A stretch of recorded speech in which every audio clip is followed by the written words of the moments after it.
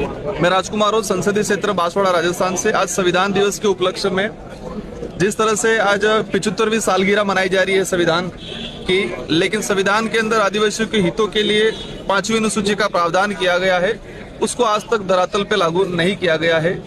तो हमारी पार्टी की तरफ से डायरेक्शन है कि हमें जिस तरह से आज 75वां सालगिरह मना रहे हैं, लेकिन आज भी धरातल पे 5वीं अनुसूची के अधिकारों को लागू नहीं किया गया है, जिसकी वजह से आदिवासियों को कई बार विस्थापित होने पे मजबूर होना पड़ता है, उनका जीवन यापन करने में परेशानी आती है और बार बार जो विस्थापन का शिकार होते हैं। पैसा एक्ट लागू किया गया है, लेकिन पैसा एक्ट को धरातल पे लागू नहीं किया गया। आज तक पैसा एक्ट बनाया जरूर गया है, लेकिन उसको धरातल पे लागू नहीं किया गया है। देश के अंदर योजनाएं बनती है, योजनाएं जनसंख्या के हिसाब से बनती है। तो लंबे समय से जनगणना को लेकर जो डिमांड चल रही है, तो हमारी जो पार्टी की तरफ से डायरेक्शन है कि जल्दी से जल्दी जनगणना की जाए, ताकि हमारे देश की जो योजनाएं बन रही है, योजनाओं को एक सुव्यवस्थित तरीके से योजना बनाई जाए।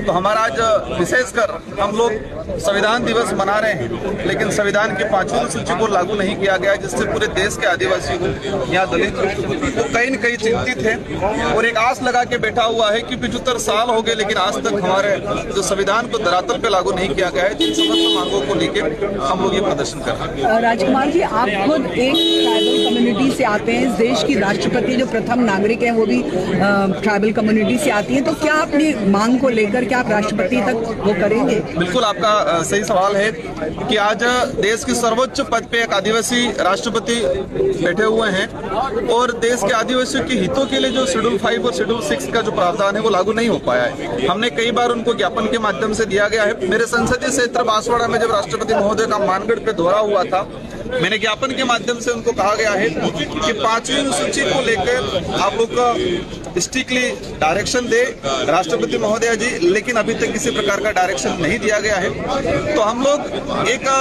पूरा देश खुशी मना रहा है कि एक देश के सर्वोच्च पद पे आदिवासी राष्ट्रपति महोदय, लेकिन वो आदिवासियों के हितों के हित में जो शेड्यूल 5 का प्रावधान है उसको लागू नहीं कर रहे हैं। तो इन समस्त मुद्दों को लेकर हम लोग प्रोटेस्ट कर रहे हैं।